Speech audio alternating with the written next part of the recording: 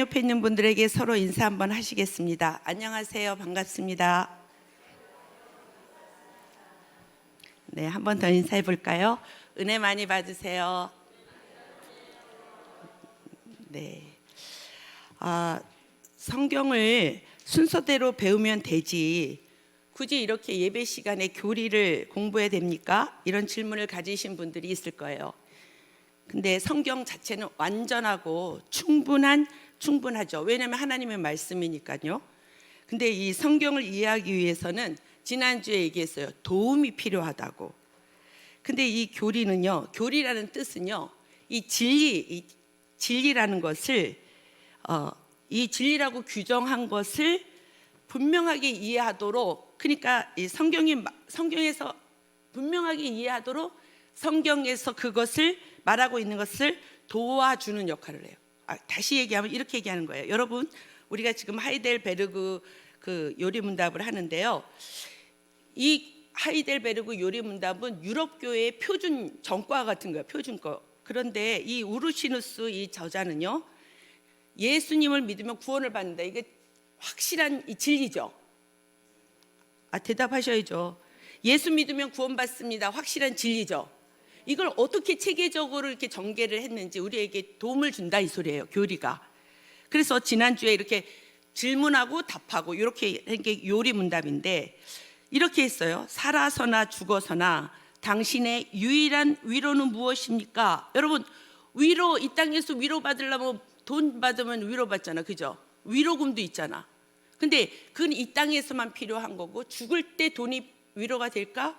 죽을 때도 위로가 되고 죽고 나서도 위로가 되는 게 무엇이냐? 그 질문이 살아서나 죽어서나 당신의 유일한 위로는 무엇입니까? 그랬어요. 그랬더니, 그러니까 답이 뭐로 나오냐면, 살아서나 죽어서나 나는 나의 것이 아니다. 여러분, 이렇게 교리는 정확해. 나는 내 것이 아니다. 이게 피조의식이에요. 예수를 믿는 사람이 가장 중요하게 시작되는 게 자기 자신이 피조물이라는 거예요. 이게 피조물이라는 걸 인식해야 돼요. 근데 이 피조물은 누군가에 의해서 만들어졌기 때문에 내가 이쪽에도 속할 수 있고 이쪽에도 속할 수 있는데, 여러분, 하나님에 속해 있는 피조물이 있고 또 악에 속할 수도 있잖아요, 그죠? 근데 여기서 교리는 뭐라고 얘기해요? 살아서나 죽어서나 나는 나의 것이 아니다. 이 피조물에 대해서 얘기를 하고, 그리고 내가 어디에 속했나 이 얘기를 해요. 여러분, 어디에 속했냐면 그 답이 뭐라고 얘기를 해요? 몸과 영혼이 다 예수 그리스도의 것입니다. 이렇게 얘기를 해요. 근데 여러분, 하나님께 속했다는 거 아니에요? 근데 하나님께 속했다는데, 여러분, 하나님은요 정말 좋으신 분이에요. 왜냐하면 피조인 인간을 만드시고요, 관계를 가지실 때 언약을 맺으세요. 본인이 찾아와서 언약을 맺는데 어떻게 하냐면, 창조주가 내가 나를 다 주도록 너를 사랑하면서 언약 관계를 맺으세요. 그러니까 자기를 다 내어주는 사랑으로 언약 관계를 맺으신 분에 우리가 속해 있다는 거예요. 그 위로가 돼요, 안 돼요? 그럼 마귀에게 속한 자는 어떻게 되는 거예요? 다 나를 위해서 너희들이 다 희생을 해. 이게 마귀에 속하는 거예요. 근데 우리가 지금 교리에서는 이렇게 얘기해요. 살아서나 죽어서나 당신의 유일한 위로는 누굽니까? 내가 내 것이 아닙니다. 피조물이고 나는 몸과 영혼이 다 예수 그리스도의 것입니다. 이렇게 얘기해요. 근데 여러분, 우리가 여기서 또 교리가 왜 이렇게 중요하냐? 여러분, 교리가 하나님은 한 분이시잖아요. 근데 여기서 교리는 뭐냐면, 하나님이 한 분이신데 세 분이면서 한 분이시다. 이 삼위일체 교리를 얘기하는 거예요. 이걸 모르면 이단이 되거든요. 구원이 있을 수가 없어요. 그러니까 하나님, 성부 하나님, 성자 하나님, 성령 하나님이 한 하나님이신데, 그 하나님이 하신 역할 때문에 내가 예수 그리스도의 것이 됐습니다. 이렇게 얘기하는 거예요. 이게 삼위일체가 성경에 나왔어요? 안 나왔어요, 이 세 단어는. 그렇지만 이걸 위해서 교회사에서 7번이나 대학자들이 모여서 이게 진짜 성경적인가 결정을 내린 거예요. 그러니까 교리는 이렇게 예수 그리스도에 대해서 얘기할 때, 내가 피조물이고 난 예수 그리스도에 속해 있고, 그 예수 그리스도에 속하기 위해서 삼위 하나님이 어떤 일을 하셨는가를 우리가 지난주에 배웠어요. 그런데 이 교리는 또 이 두 번째 질문을 이렇게 합니다. 첫 번째 질문은 당신이 누구 것이냐, 이렇게 위로가 뭐냐 이렇게 하고, 두 번째는 내가 이렇게 위로를 받았다면, 그렇다면 내가 이렇게 복된 인생을 살기 위해서 내가 이 성경에서 뭐를 알아야 될까요? 이렇게 질문해요. 좋은 질문이죠. 그렇다고 그러세요. 그러면서 세 가지를 얘기를 해요. 뭐를 알아야 되느냐? 당신의 죄와 비참함을 알아야 된다. 이 첫 번째예요. 이게 3부로 나누는데 이게 장대하게 나타나는 거예요. 여러분, 두 번째는 뭐냐면 나의 죄와 비참함을 어떻게 구원을 받는가, 이거에서 나오고, 세 번째는 구원을 주신 하나님께 어떻게 감사하며 살아야 되는가, 이 세 부로 딱 나눠요. 예? 나눠요. 근데 지금 교리는요, 지금 이게 제일 먼저 뭐를 알아야 된대요? 죄와 비참함을 알아야 된다는 거예요. 왜 이걸 알아야 된다고? 이게 중요하거든요. 성경에서 죄와 비참함을 모르면, 성경이 대부분이 이걸 써 있기 때문에 죄와 비참함에 대해서 제일 먼저 다루고 있어요. 그러면 산문에서 세 번째 질문을 이렇게 해요. 당신의 죄와 비참함을 어디에서 알 수 있습니까? 이렇게 해요. 어디에서 알 수 있다고 대답을 하냐면 하나님의 율법. 여기서는요, 하나님의 율법 하면 십계명 생각하는데 성경 전체를 얘기해. 성경에서 나의 죄와 비참함을 알게 된대요. 어디서 나와 죄의 비참을 알게 된대요? 근데 저는요, 진짜 제가 왜 비참한 삶을 살아야 되는지 성경에서 알게 됐어요. 왜냐하면 창세기에 보니까, 창세기 공부를 해보니까 하나님이 인간을 피조를 사랑하셔서 자기를 내어주시는 사랑으로 나에게 찾아와서 관계를 사랑의 언약 관계로 만들어 주셨는데, 그게 그래서 그 하나님의 내어주시는 그 크시고 강대하신 그 놀라운 하나님의 사랑을 받고, 그 사랑에 반복해서 나도 사랑하면서 살아가도록 만든 것이 인생인데, 그 사랑의 법을 거절해서 내가 비참함에 이루었구나, 이거를 이제 성경을 보고 제가 깨달은 거죠. 그래서 오로지 어떻게 비참하냐, 이젠 하나님의 그 사랑을 받고 나도 사랑하면서 사는 게 아니라 오로지 나를 사랑해서, 모든 하나님도 나를 사랑하세요, 이웃도 나를 사랑하세요, 남편도 나를 사랑하세요, 아내도 나를 사랑하세요, 자식도 나를 사랑하세요, 이렇게 비참한 관계로 내어졌다는 것을 창세기 공부하면서 알게 되었거든요. 그러니까 우리 죄와 비참함은 어디에서 알게 됐다고요? 성경에서 알게 됐어요. 근데 중요한 거는요, 우리는요, 대부분의 문제는 내가 죄와 비참함 속에 살고 있다고 생각을 안 한다는 거예요. 그러니까 이게 왜 그걸 안 하냐, 나 죄와 비참함에서 사는 것 같아요, 이렇게 얘기하는 사람도 있지만 죄와 비참함에서 산다고 생각을 안 해요. 왜냐면요, 죄를 너무 쉽게 짓거든. 그리고 큰 죄, 작은 죄 너무 쉽게 죄를 지면서 또 이래요. 너무 사는 게 힘들어, 피곤해, 너무 고통스러워, 너무 절망스러워, 이러면서도 그게 죄 때문에 온다고 생각을 안 해요. 자, 근데 성경에서는요, 우리 죄와 비참함을 너네들이 아는 게 아니라 성경에서 얘기하고 있어요. 예레미야 17장 9절이에요. 한번 보겠습니다. 만물보다 거짓되고, 여기 보세요, 거짓되고 심히 부패한 것은 우리의 마음이래요. 누가 능히 이를 알리오? 모른다는 거예요. 죄와 비참함을 우리는요, 모른다는 거예요, 성경이. 그럼 누가 한대요? 나 여호와는 심장을 살피며 폐부를 시험하고 각각 그의 행위와 그의 행실대로 누구만이 안다는 거예요? 하나님이 안다는 거예요.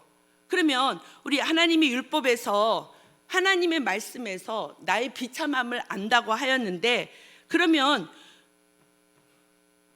교리 4문 문제만 한번 띄워줘 보세요. 그러면은 이제 그 율법에서 나의 죄와 비참함을 안다고 했는데, 질문 4번이에요. 여러분이 한번 읽어보세요. 시작. 율법이 우리에게 요구하는 것은 무엇입니까? 여러분, 이 질문 너무 멋있잖아요. 하나님의 율법이 우리에게 요구하는 게 있다는 거예요. 그러면 이렇게 다시 한번 이렇게 쉽게 한번 얘기해 볼게요. 여러분, 이렇게 해볼게요. 하나님이 정말 원하시는 진실된 신앙이 무엇인지 이거를 대답을 알면 알 수 있겠죠. 어렵나 질문이? 이런 거죠. 하나님이 정말 원하는 진실된 신앙을, 이 답을 알면 알겠죠, 그죠? 왜 모르는 척하고 눈을 깜빡깜빡하세요? 자, 그러면 한번 보겠습니다. 하나님이 율법이, 이 성경이 우리에게 진짜 요구하는 그 핵심을 뭘까? 답을 한번 보여주세요. 자, 그리스도께서, 하나님이신 예수님이 마태복음 22장에서 이렇게 했어요. 한번 읽어볼까요? 내 마음을 시작. 스톱. 마목뜻이에요. 마목뜻. 마음을 다하고 목숨을 다하고 뜻을 다하여 주 너희 하나님을 사랑하라 하셨으니, 이것이 첫째 되는 계명이요, 둘째도 그와 뭐예요? 같으니 그와 같다는 거예요. 1계명과 같다는 거예요. 내 이웃을 누구처럼? 내 몸처럼 사랑하라 하셨으니, 여러분 이게 뭐냐면 첫 번째 명령처럼 이게 둘째도 그와 같으니 동일하게 중요한 명령이 있는데, 하나님을 마음과 목숨과 뜻을 다하여 사랑하는 것처럼 둘째 계명도 중요한 그거 있는데 내 이웃을 내 몸과 같이 사랑하라, 이 얘기예요. 그래서 예수님은요, 이 똑같이 그렇게 이웃도 사랑하는데 그러면서 이렇게 얘기해요. 여러분, 이웃을요 이렇게요. 여자를 보고 음욕을 품으면 이미 뭐 했다고 얘기해요? 간음했다고 얘기하고요. 우린 다른 사람의 것을 너무 너무 좋다 이러면요, 그걸 훔치지 않으면 도둑질 아니잖아요. 근데 그거를 부러워하고 갖고 싶다 이럴 때 뭐라고 얘기하냐면 이것도 도둑질이나 마찬가지라고 해석을 해주시는 거예요. 누가? 예수님이요. 이거는 뭐냐면요, 너가 이웃을 사랑한다고 얘기는 하는데 가식적으로, 위선적으로 그렇게 하는 사랑이 아니라 진실한 사랑으로 마음과 목숨과 뜻을 다해 하나님을 사랑하는 것처럼 내 이웃도 위선적으로 사랑하지 말고 진실되게 사랑하라, 이 얘기예요. 그러면서 이 두 가지가 하나님을 마음과 뜻을 다하여 사랑하고 이웃을 내 몸처럼 사랑하라는 이 두 가지 계명이 뭐예요? 온 율법, 성경 말씀과 선지자들이 17권이나 성경을 썼어요. 구약에. 이 모든 것의 요약이래. 그러니까 우리가 신앙생활 진짜 잘한다는 거는 뭐예요?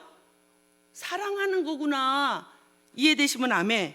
네, 그러니까 이게 뭐 얘기하냐면, 여러분 이 얘기를 할 때 누가 가르쳐 주신 거예요? 이 요약을 누가 하신 거예요? 예수님이에요. 당시 유대인들은요, 말씀을 하나님을 사랑하라 이렇게 얘기하셨을 때, 예수님이 마음을 다하고 목숨을 다하고 뜻을 다하여 하나님을 사랑하라 이렇게 말씀하실 때 유대인들은 이게 낯설었을까요? 아니면 익숙했을까요? 빨리 얘기하세요. 시작.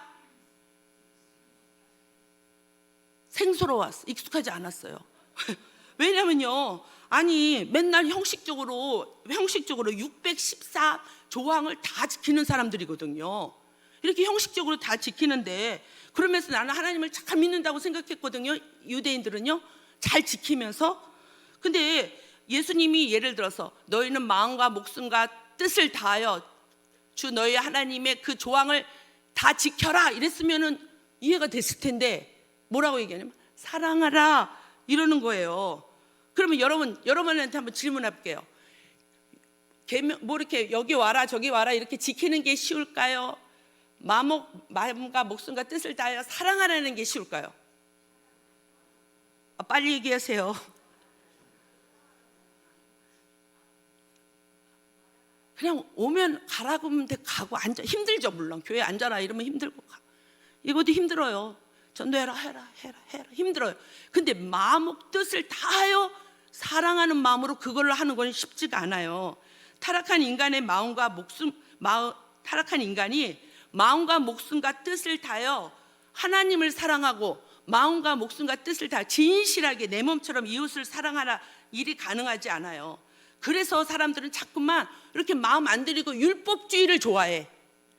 무슨 말이냐면요, 사랑이 생략된 거야. 사랑 없이 밥하고 사랑 없이 이렇게 말씀 전하고 이런 게 쉬운 거예요. 사랑 없이 전도하고 사랑 없이 뭐 예배드리고 이런 거는 쉬워요. 근데 마음과 목숨과 뜻을 다해서 이렇게 하는 거는 어려워요. 그러니까 사람들이 다 행위만 가는, 율법주의로 가는 거예요. 그러니까 여기서는 뭐라 그러면, 율법주의는 뭐냐면 사랑을 빼버린 모든 종교적인 행위예요. 말씀을 전하는 것도 기도, 말씀, 구제, 전도, 교회 봉사하는 거, 사랑을 빼버리는 이런 거를 율법주의라고 얘기해요. 이해되시면 아멘. 그러니까 이렇게 교회 열심히 하면서 이렇게 아름답게 말씀도 전하고 집에 가서 싸우고 미워하고 이러면은 그건 율법주의라는 거야. 이해되시면 아멘. 그러니까 우리가 이게 만약에 이런 거예요. 예를 들어서 어떤 사람이 나한테 와가지고 정말 날 사랑 안 해. 그러면서 밥을 또 사준다? 그것도 먹을 것도 사주면서 그 사람 가만히 보니까 나는 안 사랑하고 나를 이용해갖고 뭔가를 얻어내려고 해. 그러면 제가 그 사람한테 뭐라고 얘기할까? 재수 없네. 이렇게 얘기하잖아요.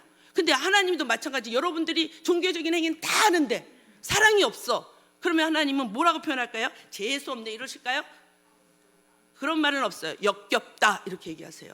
그러니까 율법주의는 사랑이 없는 거고 율법 정신은 사랑이라는 거예요.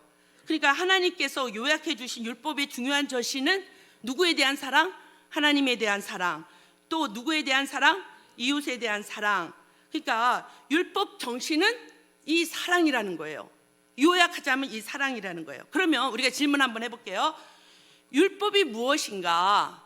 이거를 한번 질문해 봐야 되겠죠. 율법의 핵심을 했으니까 율법이 무엇인가? 율법은요 하나님의 법으로서 피조물인 인간이 뭐 답이 다 나왔어.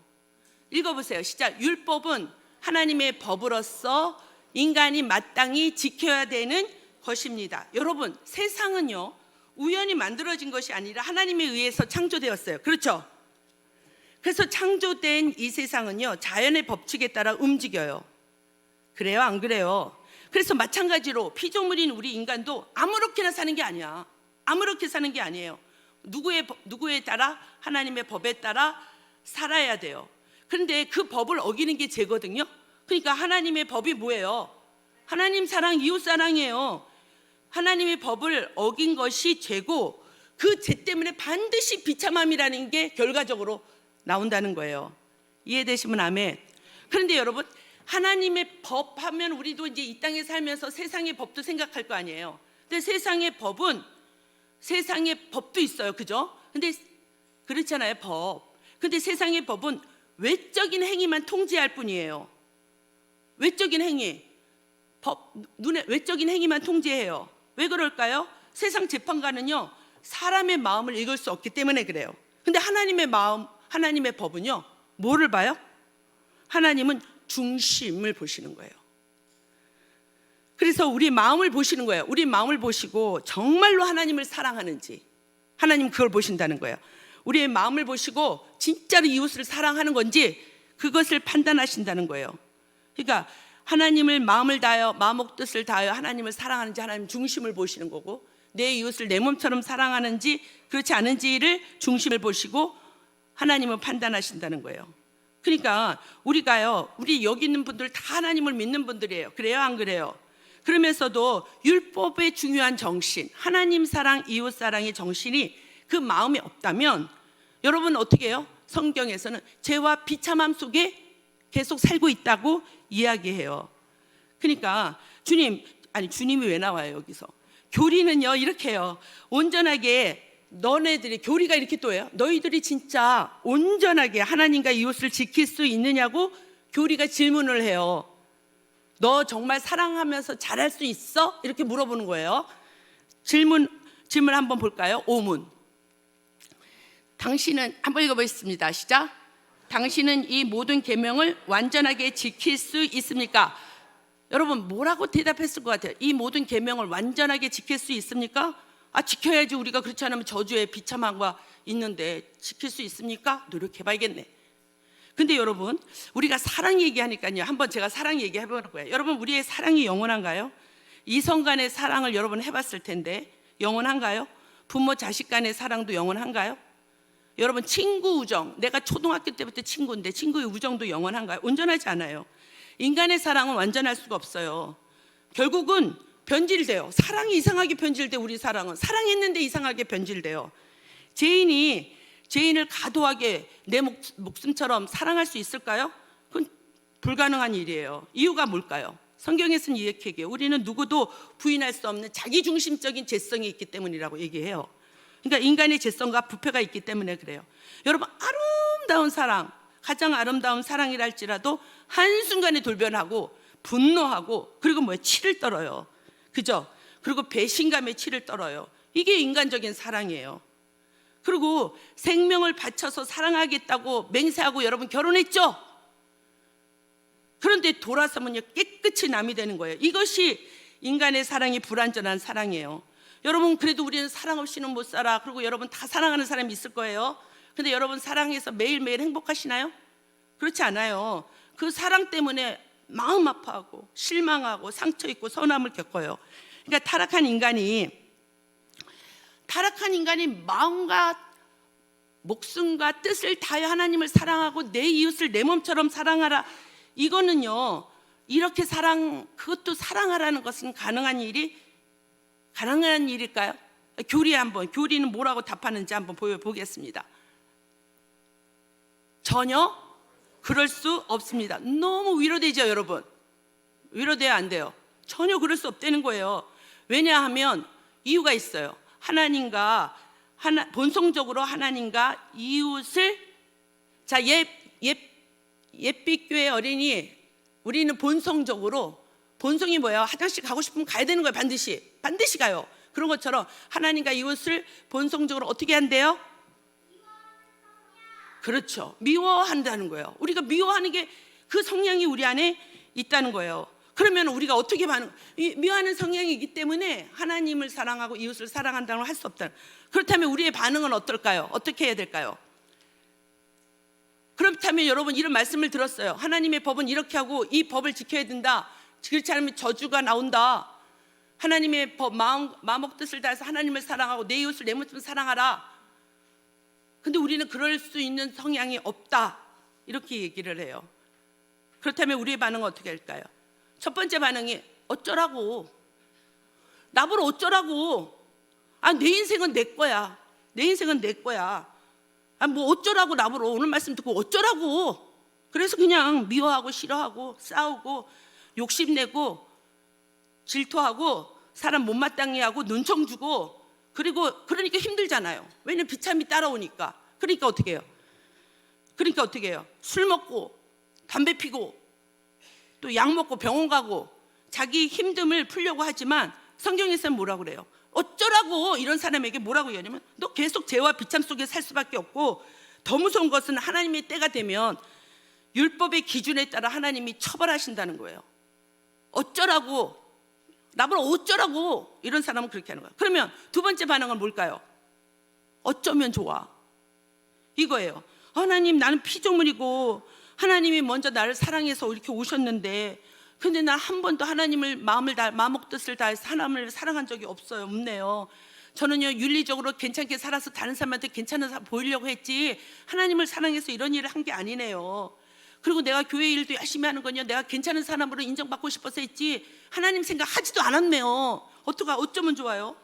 하나님, 제가 이렇게 하나님을 사랑하지 않으면 내가 하나님의 나라에 갈 수가 있을까요? 아니, 주님, 저는 이웃도 사랑해 본 적이 없어요. 내 몸처럼 사랑해 본 적이 없어요. 그 사람한테 자꾸만 내 거를, 너 종교한 건 나한테 달라 이랬지, 내가 이렇게 사랑한 적이 없어요.